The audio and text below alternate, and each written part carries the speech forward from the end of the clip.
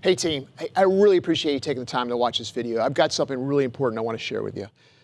Before I introduce myself, I'm going to first ask you to be creative and help me envision a different future from the one we are currently tracking towards. When we talk about futures on the distant horizon, like 2050, I've noticed that it does not tend to create much action today. It's safe because we can opine many different outcomes and there is no urgent drive to be the agent of change. So the exercise for today is to reimagine naval power, but let's focus on the near term. What can we do today that we can see measurable results on in 2 years, which lead to deployed capabilities at scale in 5 years, 10 years at the most, to fully realize a reimagined naval formation for the future? So why so fast? Well, I feel an urgent drive to implement change. I think this decade, the 2020s, will have special significance for our nation and our role in leading the world. Part of that role is naval forces that have the deterrent force to prevent major conflicts in a time of great power competition. This is a dangerous time, and the best way to prevent war is to be ready to win it. The 2020s are the time to generate that readiness. With that end in mind, I'm going to share my vision for reimagined naval forces and ask you to find a role in bringing about this new paradigm. I'm also going to introduce the idea of a strategic hedge, which suggests our existing force structure is relevant and likely victorious in great power conflict, but there have been decades of naval debate over the past 30 years or so that suggests we need a backup plan, what I am calling a strategic hedge. And that is what we're going to reimagine together. So lean forward and think different about naval power as I run you through my vision. We are going to talk about ideas that can shape the future of the way the Navy and Marine Corps defend our nation, and more than just talking about it, I'm going to invite you to join me on this journey to first reimagine and then, more importantly, rebuild naval power in a new paradigm. I'm Lawrence Selby, and I'm the Chief of Naval Research. For a little while, like 1,000 days or so, I'd like to share a few thoughts about my personal journey that don't come out from my Navy bio. As a submariner, I was selected and entered the Rickover Developed Training Pipeline. If you don't know what being Rickover trained is all about, I encourage you to go to the internet to look that one up. But you can guarantee I was taught to not only follow the procedures or the rules, but to also understand all of the assumptions and initial conditions each procedure or rule is based on. I was also trained to know my systems well enough so that I could anticipate what the response of any given action or stimulus should be. And foundational to successful operations, it taught me to relentlessly pursue the root cause when the response didn't match my expectations, whether the response was good or bad. This resulted in my relentless pursuit of knowledge, and I think that's exactly what the world needs more of today. When I think about the challenges we face as a Navy and Marine Corps and the responses we see played out in war games and exercises over and over, I'm driven to want to search for the root cause of why things aren't turning out like we expect. This is why I believe we need a reimagined future. I believe we're in one of those pivotal moments when it is vital to throw off old conventions, and my goal is to inspire you to join me on this journey. Our time to innovate is now, and if we lose this decade of progress, I don't think we can make up lost ground. So I like to keep the pressure on by thinking that I've been given 1,000 days in this job to make a difference for our country, and I'm not going to waste a single one of those days on platitudes. So let's jump right in. If you don't see your place in this vision, then contact me because I'm sure I've got something for you to do. Some of you might know, but rolling on the screen before you is Public Law 588, signed in 1946, establishing the Office of Naval Research. It states, to establish an Office of Naval Research in the Department of the Navy to plan, foster, and encourage scientific research in recognition of its paramount importance as related to the maintenance of future naval power and the preservation of national security. A few of you may also know that I have this quote hanging in my office. I love this concept of fostering and encouraging scientific research. We can achieve great things when we look at a problem from a creative standpoint. And if I convince you that we urgently need to do something bold and do it now, then I also want to convince you that the congressional support, the organizational structure, and the capacity to do it resides within ONR. I'm going to come back to this idea of going bold, but I'd like to point out a quick story by a colleague of mine. We were recently talking about innovation and new ideas, and he said to me, quote, the U.S. Department of Defense has the most impressive demos and experiments in the world. On the other hand, the Chinese have the largest and newest Navy, unquote. Going bold is about a plan to move ideas from experiments into naval formations that can win war at sea. The time for half measures and demos is over. One of the reasons I feel fortunate to lead O&R during this period of great change and great power competition is because O&R has such a long and proud history of innovation across all the areas of science and technology. But a few stories really drive this home. For example, I love telling the story of Roger Reimagine, a plank owner of the Office of Naval Research in 1946. He published the first research demonstrating that increases in atmospheric carbon dioxide was due to fossil fuel consumption. That seminal research was funded by O&R. Revel and his co-author Hans Suisse suggested that accumulation of carbon dioxide might raise global temperatures and encouraged Charles Keeling in 1958 to continuously monitor and measure CO2 on Mauna Loa in order to establish a time series of measurements to unambiguously detect the hypothesized trend. The world-famous Keeling curve, showing the rise of atmospheric CO2, now discussed around the world, was a result of O&R's fostering of the scientific community. These pioneering scientists launched the entire field of climate study, and although the global response to their insights may not be happening fast enough for many, we are fortunate that O&R has always invested in understanding the climate and the oceans and shared this research openly with scientists around the world to create a collaborative assessment of our planet and its environment. And of course, some investments at O&R are more focused on national security tools, weapons, and sensors that lead to dominance in warfare. But more importantly, the preservation of peace so that we do not have to fight. The key takeaway from this story is that the breadth of O&R's scope, our collaborative tradition, our outreach to the entire scientific community, and the capacity to tackle problems at scale makes this a great place to stop just demonstrating new ideas and to start developing novel formations that fight differently. Our national security strategy, along with every other indicator of global alignment, informs us that we are in a period of great power competition with China and Russia specifically, identified as strategic competitors by our elected leaders.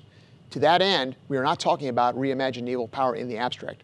We are focused on the capabilities and operating patterns that will give us, the United States, the ability to deter and, if necessary, defeat any aggression by these potential adversaries.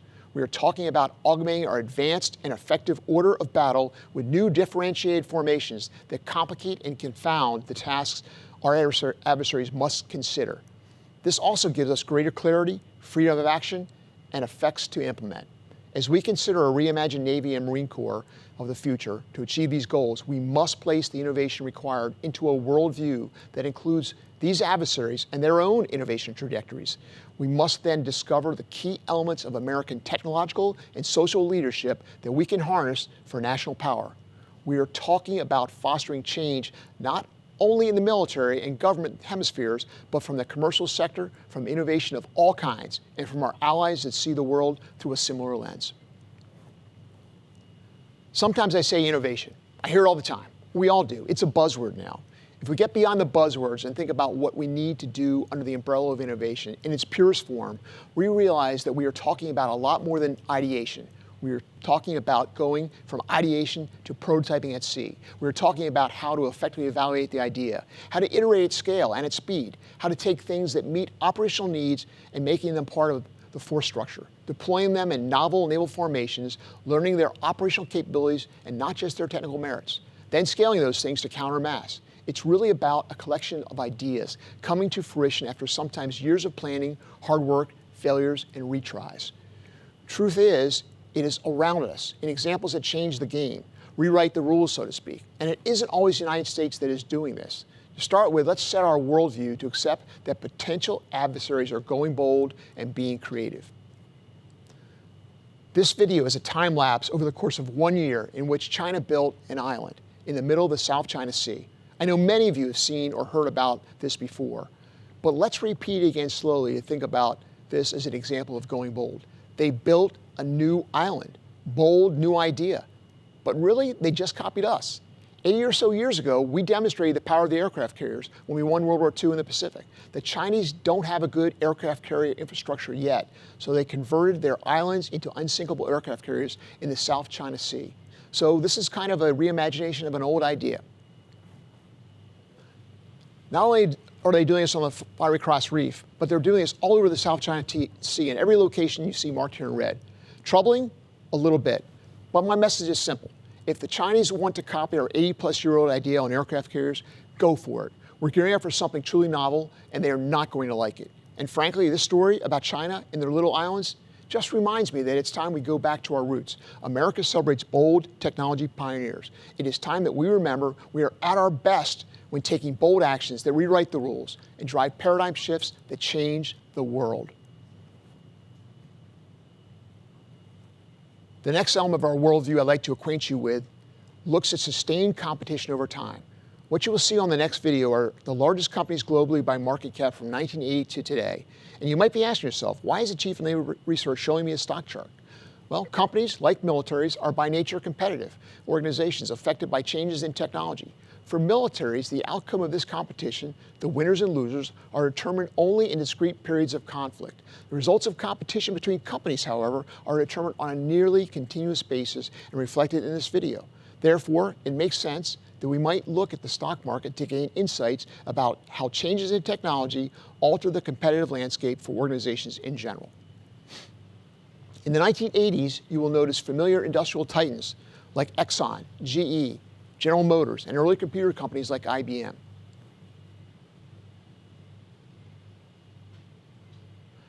As the 80s transition into the 90s, you will see the rise and decline of a wave of Japanese giants and the creation of a new entrant, Microsoft, that competes for the top of the chart along with the industrial giant General Electric.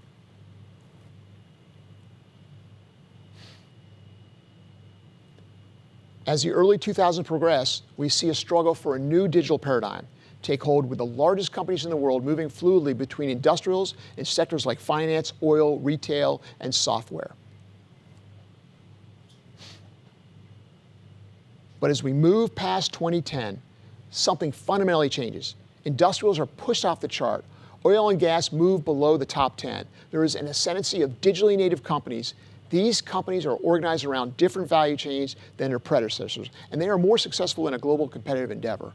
Look again at the list. 6 of the 10 largest companies by market capitalization globally were founded in the past 30 years.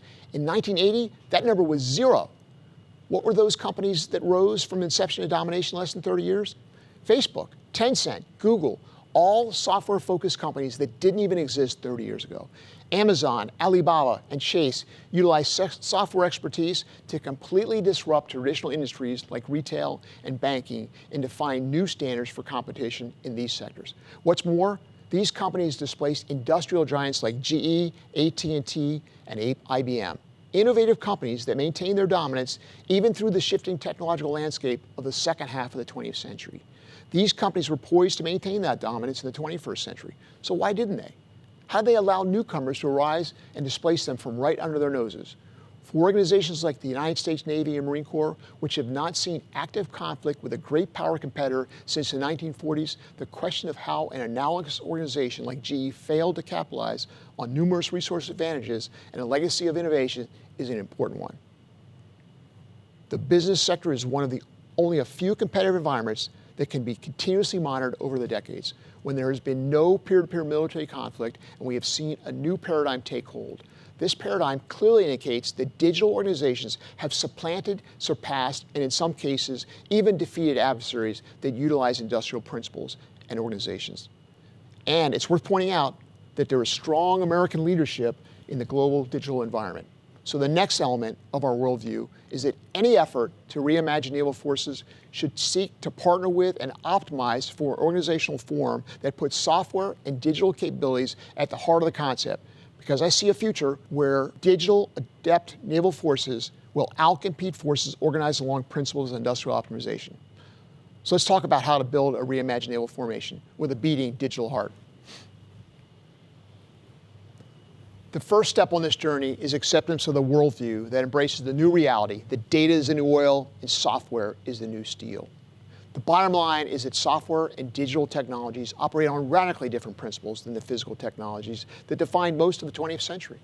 The success of companies at the top of the chart I just showed you replaced physical capital with human capital, supply chains were replaced by digital infrastructure, production capacity by computing power, and oil by data. I want to put an example in your mind. I need you to understand that Sears with a website is not Amazon, right? There's something fundamentally different about Amazon and Sears. Well, Sears filed for bankruptcy in 2018. One of the critical insights about companies like Amazon and software-based organizations is that the design principles that drive success are fundamentally different than they are for industrial companies. This idea might best be embodied in the phrase, software is never done. Immense effort and resources go into building a physical system, and yet more resources are required to change one after it is built, not to mention the need for the suitable working environment. Software systems, on the other hand, can be built and changed at the press of a button. All that's needed to push changes to a modern system is a connection and a design pattern that allows continuous updates. At the same time, the solution space for software systems is virtually limitless, unbounded by the laws of physics that dictate the form and function of physical systems. As a result, the systems engineering process we have built over the last 150 years is not optimal for the design of software-based systems. Instead, iterative design approaches have come to dominate software design philosophy. Instead of releasing a single monolithic software product, software system capabilities can be built out in small additions and changed over time. Taking advantage of the fact that software is so easy to refactor, a single change may go through multiple iterations, each improving on the last, to optimally meet the needs of the user.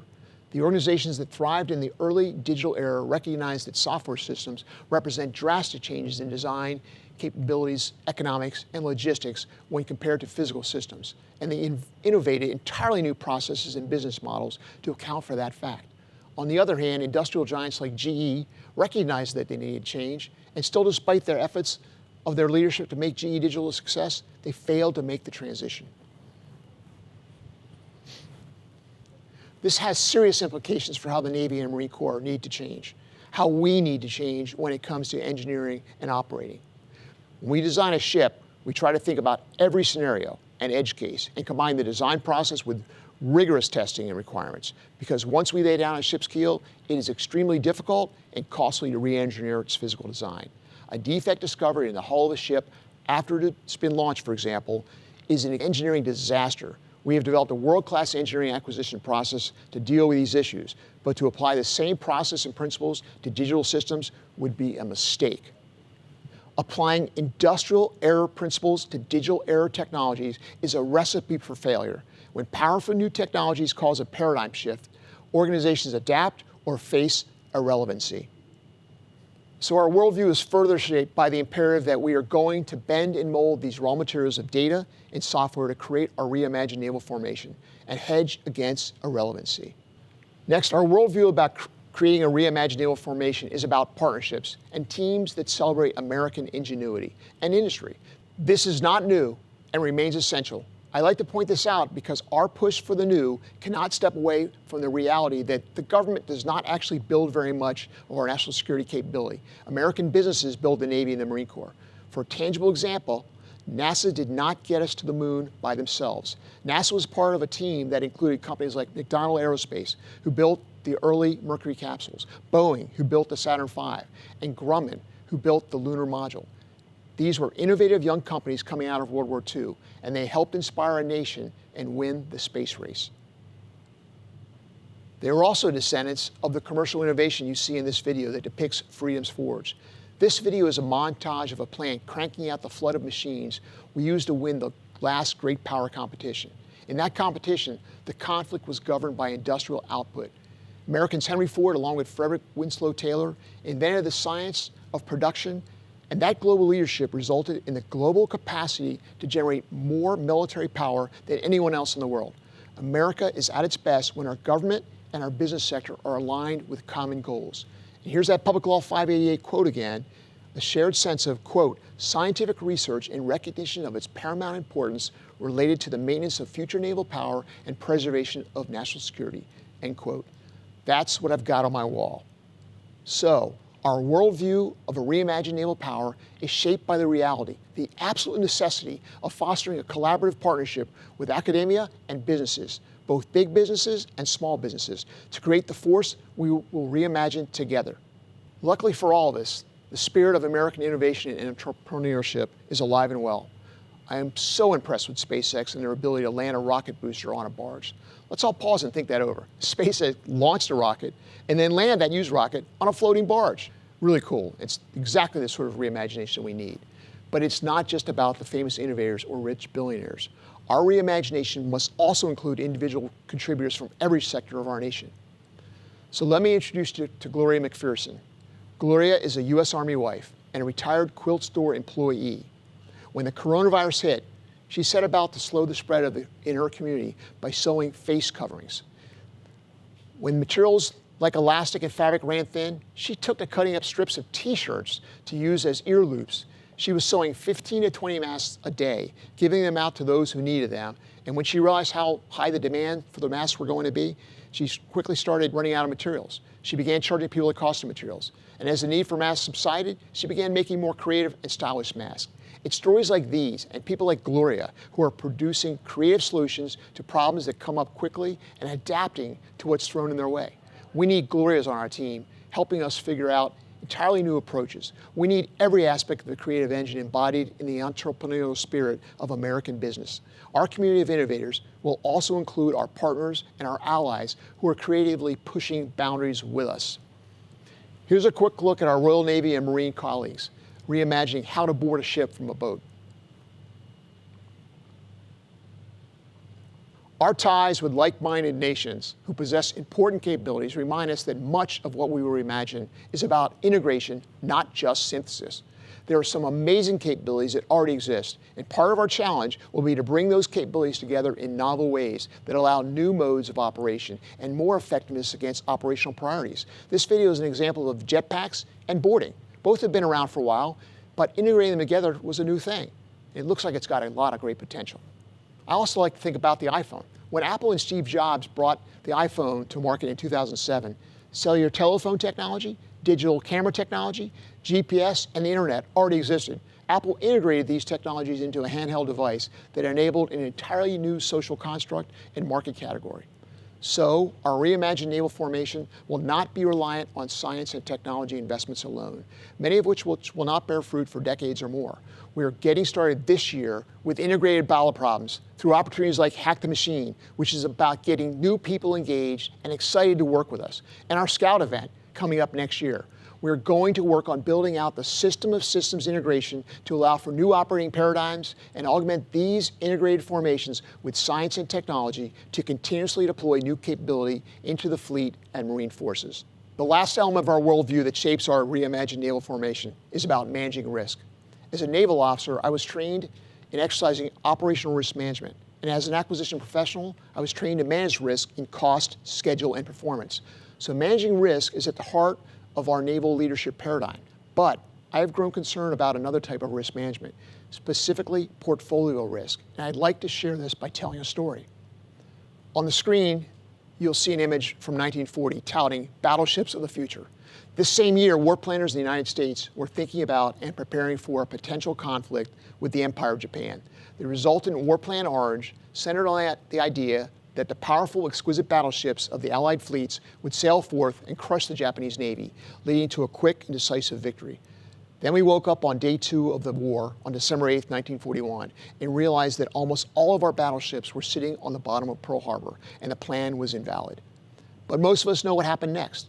The portfolio of options available to Admiral Nimitz and President Roosevelt were not constrained to the main plan, battleships. They had a hedge strategy in case the battleships were not the solution. A hedge strategy is a portfolio management technique to minimize risk in a primary asset class.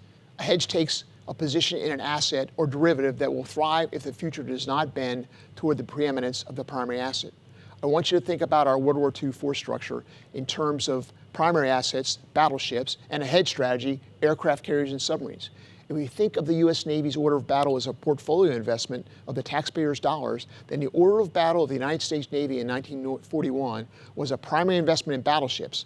But, and this is critical, there was a substantial alternative investment in aircraft carriers and submarines that came to dominate the conflict over the next few years. The performance of these alternatives to the main plan eventually came to be regarded as the preeminent formation for naval warfare, and our force structure is still modeled on carrier strike groups and submarines 80 years later. But what if that doesn't work? If we think back to the pre-war period of World War II, the 20s and 30s, the dominating thought in naval warfare was that the battleships would sail west, win the war, and we would sign the treaty. And then on December 8th, 1941, everything changed. But the hedge investment the United States Navy had made in carriers and submarines provided an alternative when the future of the battleship was starkly evident in 1942. One might look at our 2021 force structure and see a diversified portfolio, and there is good reason for that perspective. We have aircraft carriers, submarines, surface combatants, and many types of aircraft in this impressive photo. These assets make a lot of sense for all the reasons that the battleships made sense at the time, and there is no definitive proof that this force structure is not ideally suited to the future warfighting requirements. But there is an equally accurate statement that this is not a diversified portfolio because all these assets share so many of the same characteristics. They are all large compared to their forebears. They are all expensive to the point where the United States cannot afford the number of platforms our force structure assessments suggest we need. They are all multi-mission and therefore complex. All these platforms do many missions, and the system of systems interaction to create these complex integrations drives up cost and manufacturing lead times if we critically need force structure surge capacity. They are all acquired on a requirements model that lags operational identification of needs by years, sometimes decades when you fold in construction span times for some of these complex capabilities. They are all difficult to modernize. The ability to update the systems aboard these platforms, even the software systems, still takes years to accomplish. So in this sense, it might be accurate to see this force structure as a prudent primary investment, but a single asset class of the large and the complex. Our adversaries have been closely watching us operate and fight in this formation for decades. If they discover a way to relegate the large and the complex to the fate of the battleships, then what is our hedge? If the primary asset of our fleet is the large and the complex, then there must be an alternative. But look around. We have demonstrations of alternatives, but no force structure built on a different set of principles, fully aligned to the worldview we discussed earlier. We need to critically ask ourselves, do we have an alternative that is bold and creative like SpaceX's boosters? Do we have digitally native formations organized around information and software, like ascendant digital companies controlling the global economy? Are we building to the processes and practices like the future defined by software as the new steel and data as the new oil would require? Is our interaction with industry an effective acquisition strategy aligned to the velocity of the digital age? In essence, we have no organized hedge strategy if the large and the complex fall short or are made irrelevant. But, and this is the silver lining, I'm going to demonstrate one to leadership and prove that it works so we can begin to adopt it at scale. So what's the big idea here? We're going to talk about a hedge against an alternative future where our primary investment is not effective. Moreover, we are going to talk about leveraging the United States global leadership in 2021 to generate a novel formation of the small, the agile, and the many. We're fortunate to have 30 years of thought leadership to draw upon to set the guiding principles of what this force structure should be. For the past 30 years, there's been a growing school of thought about alternatives, and one of the most articulate voices in this discussion was Vice Admiral Art Zebrowski. He was a visionary that saw the power of sensors, decision nodes, weapons, and delivery platforms collaborating in a network. The power of the network was the dynamic and ad hoc composition of force and decision superiority that was distributed and difficult to target. Art Zebrowski was a visionary that got all of us thinking about the small, the way they could connect and collaborate.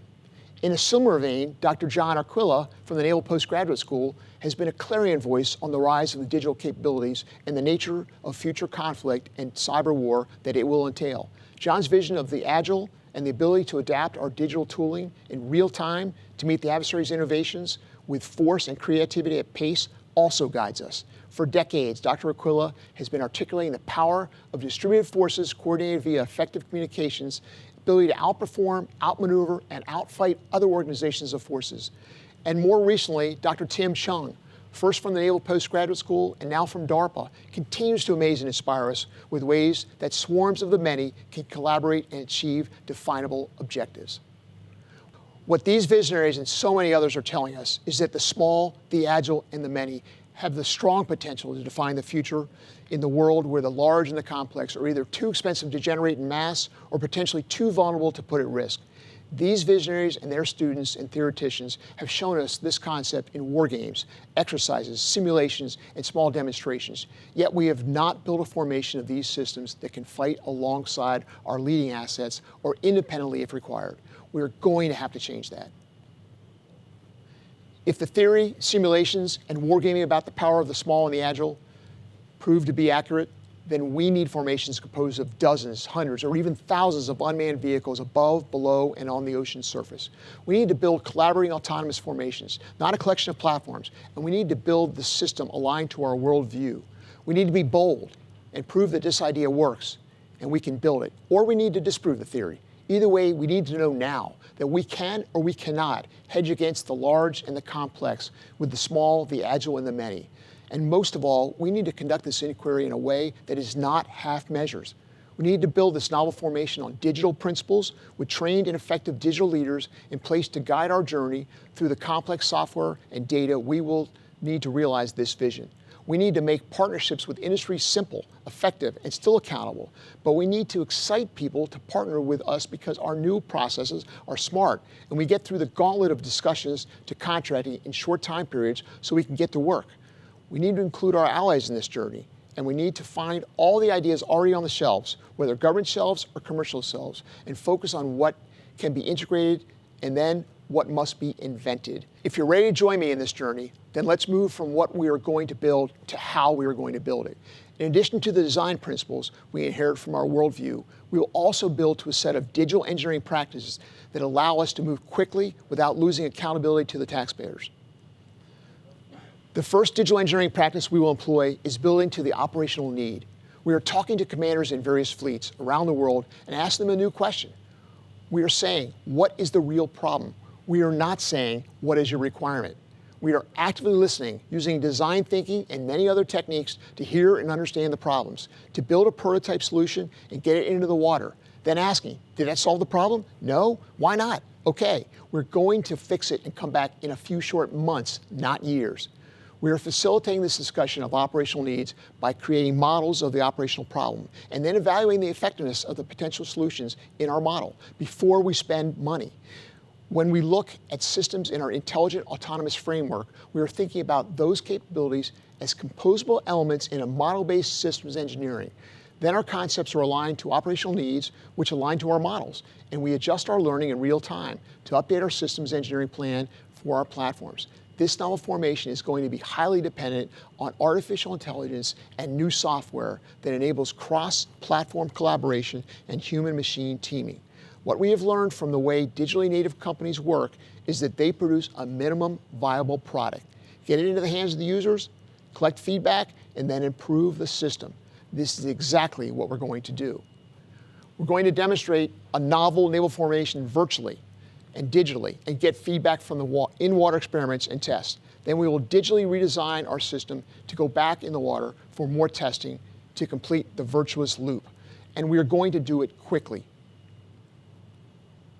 The physical part is important, and I get to see that firsthand when I was a chief engineer at NAVSEA. There's a real sense of collective accomplishment when we crack a champagne bottle over the bow of a ship. So I talk a lot about digital engineering and artificial intelligence.